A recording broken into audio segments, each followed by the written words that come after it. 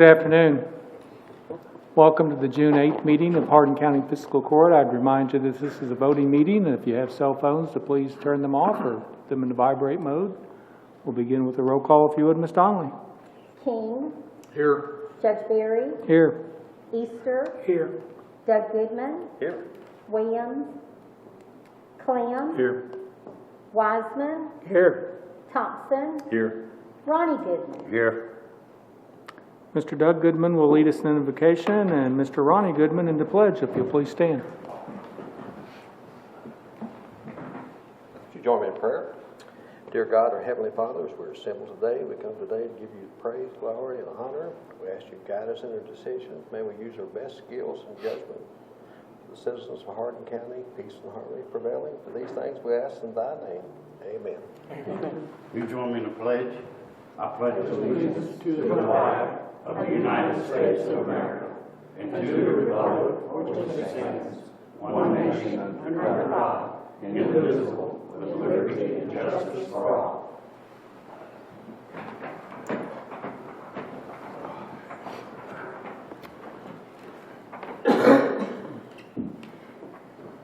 All right, we'll go right to presentations. Today we have Mr. Bryce Shumate from Emergency Management. Mr. Red. It's the only time I get to go first just because McNutt's not here today. So, good afternoon, Judge Berry, members of Fiscal Court. I'll give you our update on what's going on with emergency management over the last month. May 3rd, meeting with our regional manager came down to meet with us. In fact, we've got our area-wide inspection Zoom-wise tomorrow with the same folks from there.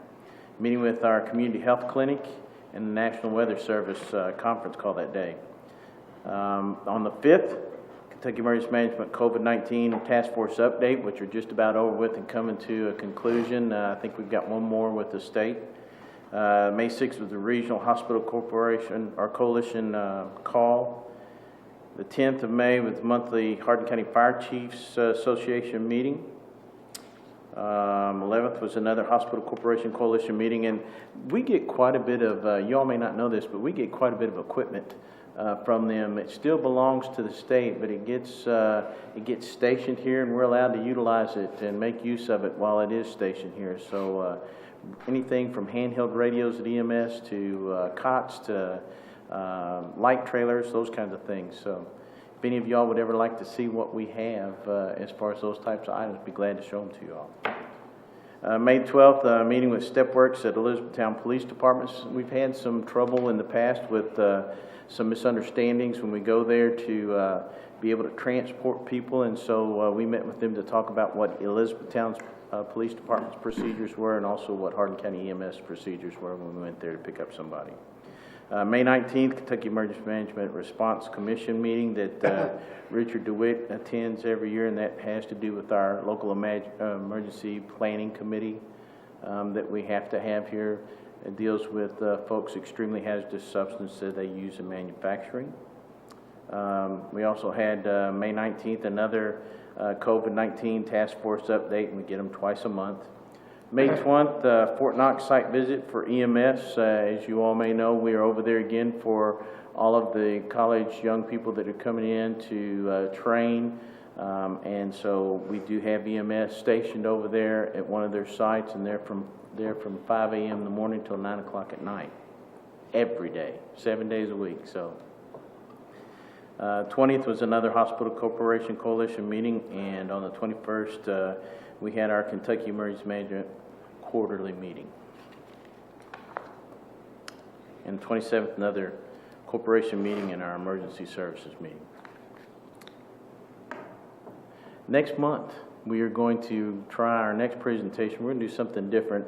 We're going to actually talk about our rave alert system and look at what we have for our warning sirens, our towers, and those types of things, and give people an update on those. So try and work out a little bit different presentation next time. Any questions? Comments for Bryce? Thanks. We appreciate a good update. And Mr. McNutt won't be able to be with us today. He had an unexpected issue that needed to be dealt with. His report was part of your packet. I'm sure if you have any comments or concerns, he'd be happy to answer them if you contact him. If not, we'll just let us know and we'll get the answers for you. We'll move on to ordinances, resolutions, and agreements. Item 3. First up is item 3A, second reading and adoption of ordinance number 321-4, Series 2020. It's amending the fiscal year 2021 budget, which is our current budget. It's the fourth amendment. We had first reading on the 25th of May. And second reading would be in order today. It's basically amending in money that's county road aid money that's additional from what we had originally budgeted, some insurance proceeds, and accounting now for the mowing contract that we have with Fort Knox. Move to approve. Second. Motion by Mr. King, second by Mr. Wiseman, approve second reading. Any discussion? Hearing none, Ms. Donnelly?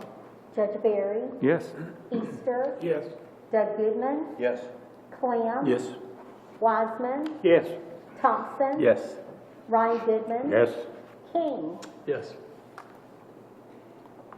The next two items have to do with taxing ordinances related to the industrial site at Glendale, often referred to as the Glendale mega site. I know we're familiar with it, but I thought I'd take an opportunity to make a few comments for the benefit of the folks at home so they'll understand what's going on. The Glendale mega site was created some 20 years ago when the Commonwealth of Kentucky was courting the Hyundai Motor Company to select the site for a new automobile manufacturing plant here in Hardin County. Kentucky finished second place in that contest, so to speak, and Hyundai ultimately selected Alabama for their project. For 2 decades, numerous projects has considered the Glendale site for a major manufacturing project. Obviously, to date, the site has not been selected yet.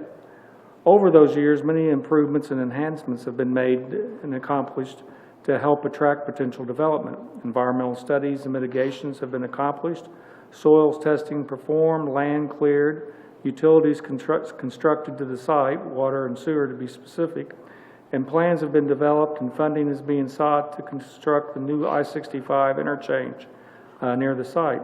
These initiatives were taken to alleviate concerns and questions often raised over the years by potential clients. As we all know, a project of this size will be attracted to this site, will require local incentives and concessions in addition to those provided by the state of Kentucky. Local incentives normally come from rebating for a specific number of years a portion of an occupational tax derived from the project. As we all know and are aware, Hardin County does not have an occupational tax, and it certainly is difficult to rebate something that you don't have. Increasingly, potential clients considering the Glendale site are asking about local incentives. Almost 20 years ago, the Kentucky General Assembly approved legislation relating to economic development projects creating 500 or more jobs that allows for the establishment of a taxing district to levy taxes to help pay for the establishment, operation, and maintenance of government services in that district that exceed the level of services the county provides in other areas of the county. These taxes are an additional special ad valorem property tax and an occupational tax applied within that district only. The two ordinances prepared by the county attorney for our consideration for first reading here today creates the taxing district, lays out the boundaries, and establishes the tax rates. These ordinances were reviewed and discussed at the Resources and Community Support Committee on May 18th. Generally speaking, the taxing district will encompass the areas surrounding the Glendale industrial site and is comprised of land laying north of the Nolan River, east of New Glendale Road to the south of downtown Glendale, and east of Gaither Station Road to the north of downtown Glendale. South of the west and east Roods Creek Roads, that's a mouthful, south and west of East Roods Creek Roads, also west of Sportsman Lake Road to the intersection of Glendale-Hodgenville Road, and south of the Sportsman Lake Road and Hodgenville-Glendale Road intersection. The boundary is one parcel deep off the east side of the Sportsman Lake Road. The existing unincorporated town of Glendale is not included in the proposed district. The taxes imposed by these ordinances will not apply to residential and agricultural property. The additional ad valorem tax of 10 cents per $100 of assessed evaluation will only apply to commercial, industrial, and telecommunication property. The occupational tax applied within the boundaries of the taxing district will be at a rate of 1% on all wages, compensation paid for all work done and services provided in the district, and the net profits of businesses conducted in the district. Exclusions to paying the occupational tax include employees of common schools, agricultural businesses, and home-based businesses as defined by the ordinance. Other exclusions are also enumerated in the ordinance. The intent is to tax the commercial and industrial growth related to the Glendale industrial site and not to unduly burden the residents, farmers, and home businesses of the community. These ordinances will take effect January 2022 unless otherwise amended. We're entertaining first reading today and public hearing and second reading scheduled for the 22nd of June. And with that, item 3B is first reading of ordinance number 326, Series 2021, relating to the creation of industrial taxing district and the imposition of administration and payment of a special ad valorem tax therein. That's the first taxing ordinance. And after we deal with that, we can look at the second one. This did come before the Resources Committee on May 18th, and quite a bit of discussion there in education. Move to approve. Second. Motion by Mr. King, second by Mr. Clem. Discussion, comments.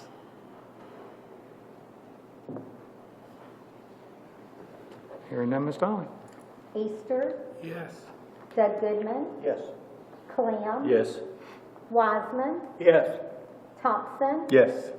Ronnie Goodman, Yes. King, Yes. Judge Barry. Yes. And item 3C is first reading of ordinance number 327, Series 2021, relating to creating an occupational tax within the industrial and commercial taxing district and the administration and payment of the tax therein. Move to approve. Second. Motion by Mr. Clem, second by Mr. Wiseman. Any discussion? Hearing none, Ms. Dolly. Doug Goodman, Yes. Clem, Yes. Wiseman, Yes. Thompson, Yes. Ronnie Goodman, Yes. King, Yes.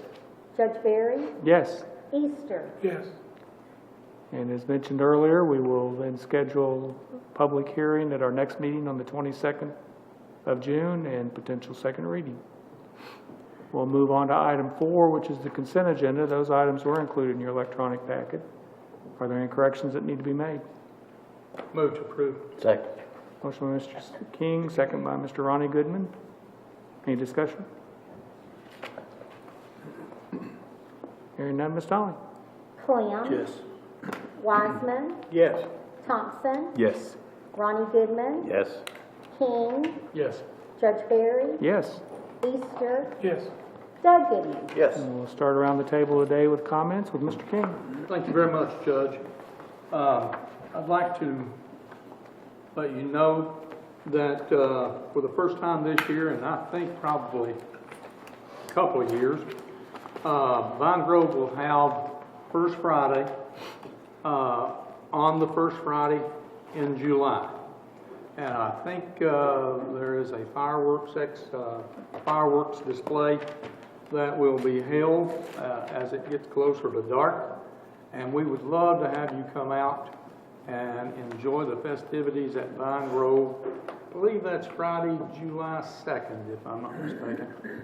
But anyway, the first Friday in July. You're certainly welcome to be there. That's all I have, sir. Mr. Ronnie Goodman. I have nothing, Judge. Mr. Thompson. Nothing, sir. Mr. Wiseman. Yes, Judge, the Solid Waste Committee will meet Monday, June the 14th at 3:30 in the room across the hall. Everybody's invited to show. Thank you. All right, Mr. Clem. As we know, June is National Safety Month, and Judge Barry, you wrote a very good letter there this month, your newsletter. Just to remind everyone to really try and make a special effort this month to be safe on the roads and the waterways now that the lakes are wide open. I think everybody bought a boat and a pontoon during COVID, so the lakes are really, really, really busy. And be safe out there, and please don't text and drive, don't drink and drive. Thank you. Mr. Doug Goodman. Have no items, Judge. Mr. Easter. Judge, I'd like to personally thank the jailer and the people he brought up to the Veterans Cemetery up there and spent the day cleaning the headstones. They really look good, and I talked to a lot of people up there, and they were really amazed at all that was done. So just kudos for the jailer and his crew. Looks good. That's all I have. Ms. Donnelly, anything from your office? No, but I'd like to say happy 246th birthday to the U.S. Army this coming Monday. Yep, next Monday. Yep. Ms. Oldham, anything from your office? No, thank you. Judge, if I may, Yes. I did forget to announce that we will have a Resources and Community Support Committee meeting next Tuesday, 3 o'clock, across the hall. If you would like to be there, you're certainly welcome to be there. Thank you. All right. And again, we'll have fiscal court again on the 22nd of June at 3:30 in the afternoon here in the courtroom. Is there anything else that needs to come before us before we adjourn? If not, a motion would be in order to do so. So moved. Second. Motion by Mr. Thompson, second by Mr. King. Is there any objection? Hearing none, we stand adjourned.